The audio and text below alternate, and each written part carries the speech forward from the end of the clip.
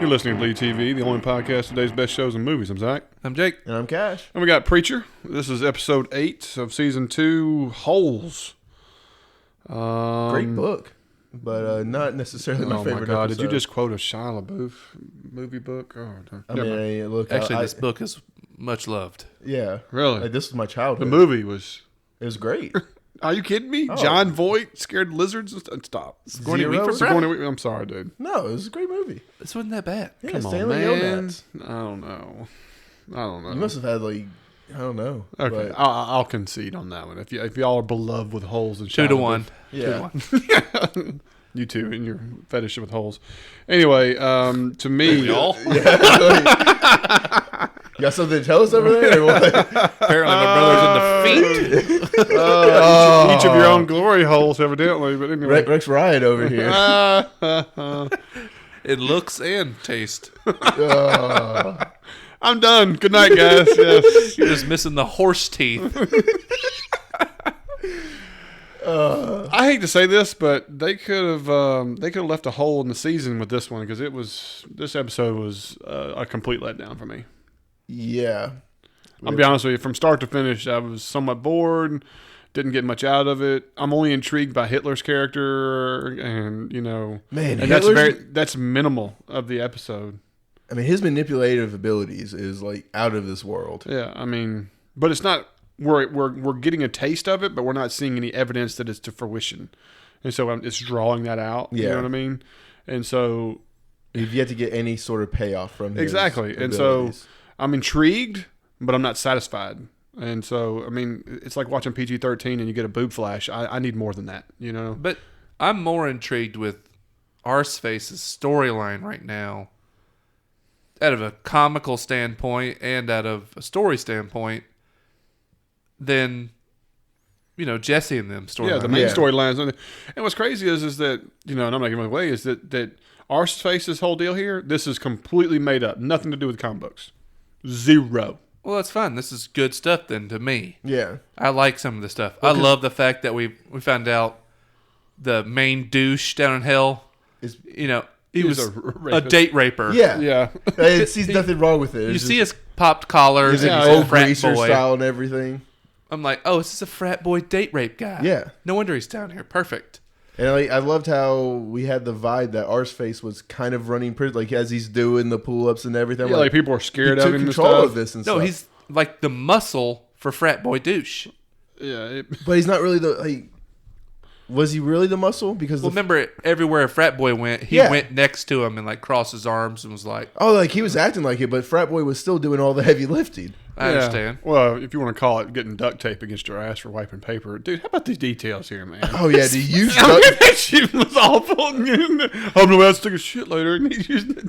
Yeah, he duct tapes, what's his name's face to the Caveman fire. to the fire. Well, I just loved all the small details of hell. Like you Zagat have candy. yeah, Zag nuts. Like, a deflated basketball. It was just like No. to give all these joys. I but, mean, like the visual details were hilarious. Cool concepts. But that's what I'm saying. The hell stuff, very intriguing to me because we've never seen this stuff before. No. This is all new. But I've lost all interest in Cassidy and Dennis. yeah, I just They're can't bleeding care that it. much. Like- like bleeding it it. is bringing Cassidy down. they are so bleeding much. it to death. Well, they're trying to give a lighthearted side to Cassidy and make him a good guy, but I like his gray character. Yes, I like how dark he is and messed up he is. I don't want to see all of this. Even when they start out like 1946 and little baby, and he comes in there with his pilot's jacket, and he's like, "I'm gonna be the best daddy ever." He still pulls a flask. yeah. No, I'm just like, I was waiting for him to light up a cigarette and blow in his face. Put it drop out on some his ashes arm. on him. Yeah. You gotta be tough now, kid. Yeah. The name you Sue. I don't know. I'm confused what they're doing with that. This is what we were afraid of. Like we were Tulip's, Let's go. Yeah, I mean, go. Tulip. How many times has Tulip almost died?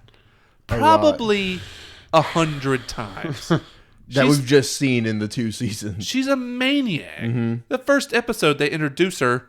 She's getting rocket launchers fired at her and stuff. I mean, I'm just like, what in the world? She's using G.I. Joes and coffee cans as bombs. Yeah. Yeah. But she gets almost choked out. and she just cannot handle it all of a sudden.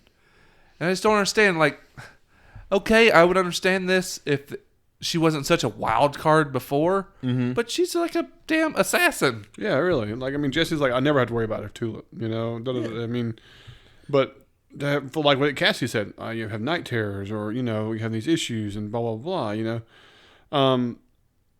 I'm with you, dude. I mean, if you talk about just Tulip this episode, I want to follow you to buy a refrigerator, blah, blah, blah. I want to patch holes. Yep. Don't really understand. I mean, I get that. And then, you know. And she has no problem going to a room full of blood and guts and brain sprayed everywhere. A clear beheading on the floor. Yeah. And she's just crime spackling away. Yeah. And then, how about, is it odd that she goes down 14 rooms and room spotless? This is also a murder scene where somebody got shot to pieces and everything else. And now someone's living in it? I mean, they're living in it and it's a lot cleaner. And I mean, there's a gun. Yeah. I mean, there was... It's like she was almost probing, and like this girl's obviously afraid that she's going to figure something out. And Tulip's just like, no, nonchalant, cool, whatever. Yeah, that didn't match with her personality. She's very... And like, she noticed stuff, but she didn't interrogate it. And I was like... This isn't the lounge singer girl, is it? Yeah, it is. Okay, I was making sure. Girl. Yeah, I thought it was. They're all part of the Star's crew. Okay, so that's what I'm saying. You take Cassidy's part... Only funny thing was they threw him on the dead cart, New Orleans, and that was last in episode, the morgue. That was last was that last episode? Yeah, it was last episode. Oh, see, it's all running together. I don't care enough. The only thing that Cassidy brought to the table is that you were supposed to feel sorry for him because he's trying to figure out whether or not he wants to bite Dennis, which, you know, of course, Dennis does the whole talking French into the phone. It's like, bite me, bite me, bite me, and all that kind of stuff. But the only thing I thought is that you get to see a person from his past, Seamus. And he has that conversation with him on the phone. Yeah, I was like, we didn't get to see him. We just got to hear him over the phone. You know, and this is evidently somebody who's like him, is another vampire. Well, it's got to be his handler or something, like a counsel. It was like, hey, you can't just turn him because I'm not here for your handouts. I need your help. You know, I got my son. He's about to die. And he's like, don't do it. Don't do it. You know what that means. Don't do it. Da, da, da. And he names him as Seamus, and then that's it. He hangs up. And so that is the tidbit of information as of an old friend. Yeah, so is this the person that he called back in episode 1 or 2? When I don't know. bar I don't scene? know. I can't remember. I'm just saying, none of this stuff was so intriguing to me that I just like had to. The call to Seamus was just because, like, I'm thinking we're gonna get that backstory of Cassidy through Seamus. I hope so too. But- So like, it's intriguing to me. Like, But it's why do again- we get 30 minutes of him drooling over Dennis, spitting in Oh, my buckets God. and sitting on the shitter and bite me and I'm dying? I've got I mean, we nothing. literally got that for over half the episode. And I was like, give me a couple minutes of it. We get it. This was our You're worry. struggling. This was our worry about staying in New Orleans and the cowboy being exited out. We're gonna Right, be because stuck we're not here. on the move. And don't forget 10 minutes of Geek Squad, Well, no, the dork, whatever. Yeah. Like, oh, my whatever, working on a dudes. video that turns out to be nothing. I mean, other than the fact that you see the Grail. DVD, Property of the Grail, yeah. Grail Industries. yeah. I'm like, okay, obviously, we kind of knew that was coming. Yeah. It was So terrible. just like, I mean, we spent so Oh much my time there God. for no reason. how many times did we spend just like putting the camera on Jesse's face as he sits in a waiting chair? And then we have him, hey, nothing there. Yeah, I know. Yeah. I told, that's We what thought you want. didn't want to see anything. Yeah. I don't know. It wasn't worth it. 3 main characters, all 3 stories. Blah. Blah. Very blah. Yeah, I mean... Now, what do you think about Tulip asking Lounge Singer Girl to go to the Hurt Locker with her? You ever strapped on a bulletproof vest and had someone shoot you? No, but it sounds like fun. Are we bleeding the Hurt Locker enough? There's 3 episodes in a row we've got Hurt Locker just about. Well, my thing, like, I'm with Cash. It's like, who asked this question? Yeah. You're not a normal human being. Well, not only that, Who accepts? who accepts? Yeah, that's my next question. Is like, Now, do we think that Tulip might have like some iffy suspicions? And sure might didn't convey. use this as like But see, I feel like Tulip's blind right now. 100. Well, that's what I'm saying. Like, is it Tulip like foreshadowing, or do you think it's No. like she's just I think she's drawing for straws because she's looking for miserable. anyone to cling on to? Yeah, man. But then Jesse's going to catch him in the Hurt Locker and be like, whoa, I know you. Man, honestly, I can't tell you what they're going to do. Because now Jesse's at his end of his rope. Yeah. He has no leads. I don't know what they're going to do now. This episode was so much filler. Like, I hate to say this might be our shortest podcast ever. Because tell me a thing that happened in this episode that you just like blew you away. Or I was surprised that Cassidy didn't get, or Jesse denied Genesis to help Dennis. Oh, I'm not surprised one bit. Like, you can't ask somebody. Like, how would you even phrase that? what would you? What do you think he's asking for? Be healed. Man, the repercussions of something just so simple. I mean, But Jesus healed the blind. Yeah, Returned water into wine. There's something specific with that. Like, if you're just telling a sick person to be healed. That's the thing. I don't think that's part of the power. They've not shown that as the power. Then what's it matter if you try? Because what if it kills them? What if the healing is just like... The only thing we've gotten close is Tracy. He went in there and woke her up. Yeah. He told her, wake up. And her eyes open. That was it, right? But as far as that, all we've seen is suggestion. It's like if you were to, like, get better. That would mean he'd either get up and go to the hospital or something. You know what I mean? Mm-hmm. Like, Or he dies in the process of getting to wherever he needs to get healed.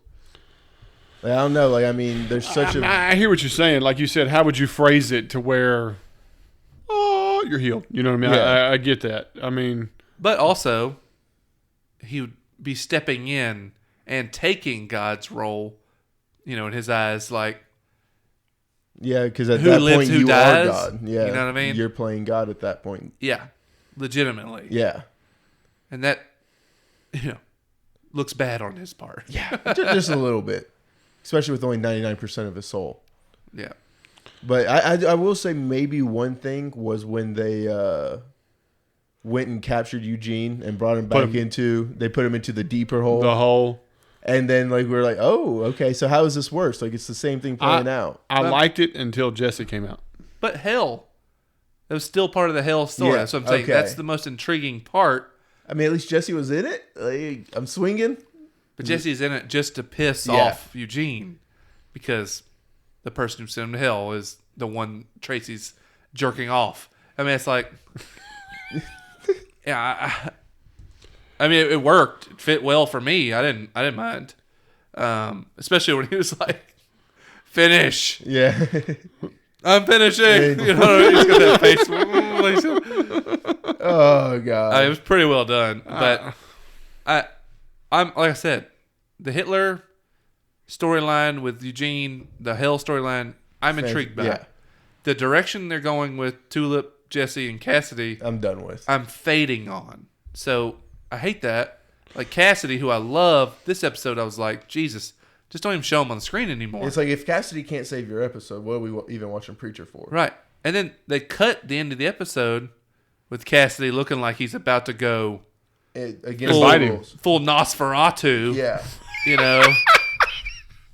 I'm just waiting. You know, were y'all not expecting his eyes to change? I thought he was going to have like a little red glow, like he's about to go into I thought business. his eyes were about to change. Like go black or go Right. like a doll's eyes. No, I never thought so. You know, I'm with you. I was expecting that and then cut. You know what I mean?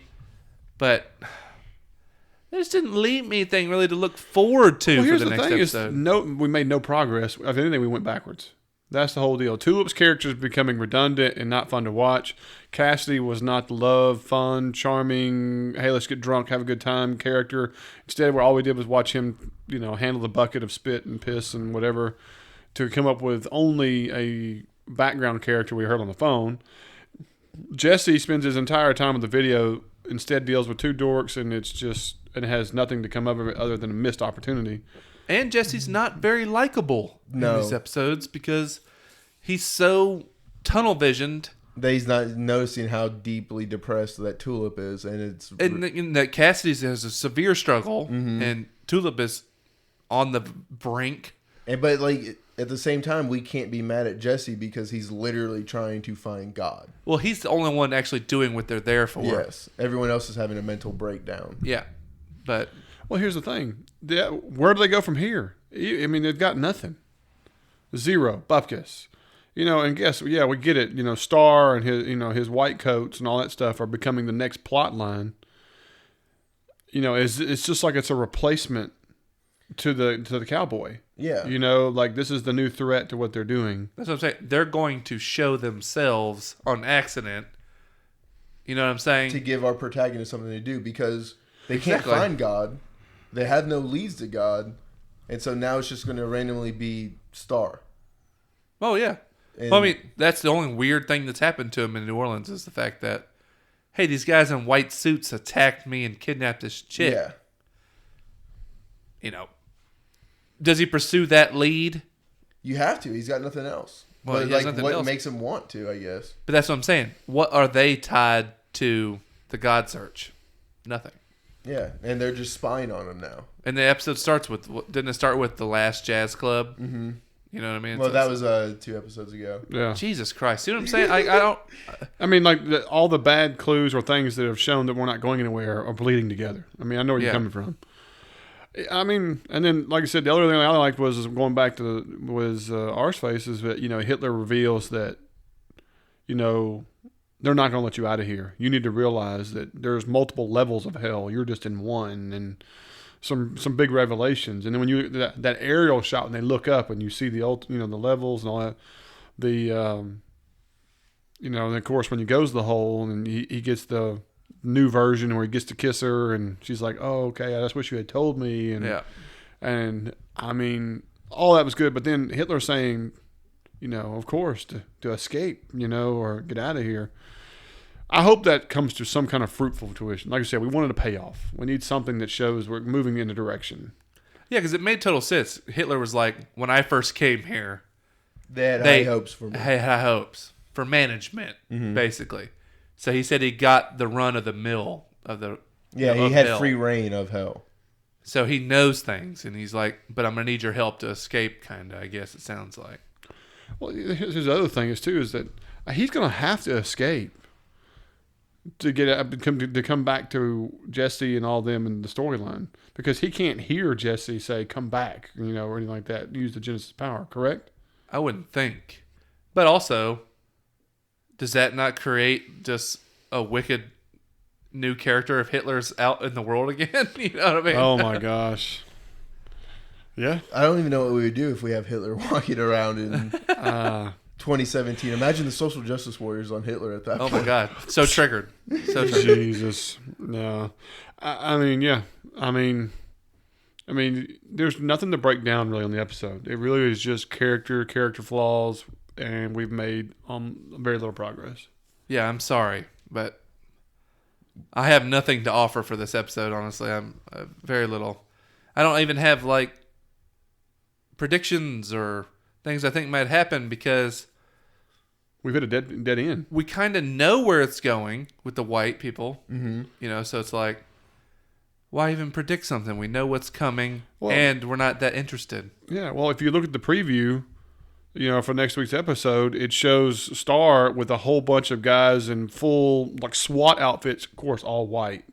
Yeah. And making an assault on Jesse and company. And in preview. Let's hope that leads to another badass sequence that we're I need another motel scene. Used to getting once a season at least.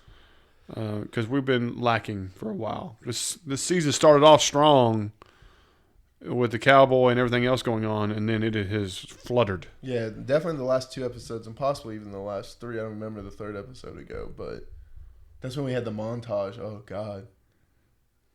Yeah, no, we really need a good episode. 3 episodes ago, real bad. Rough.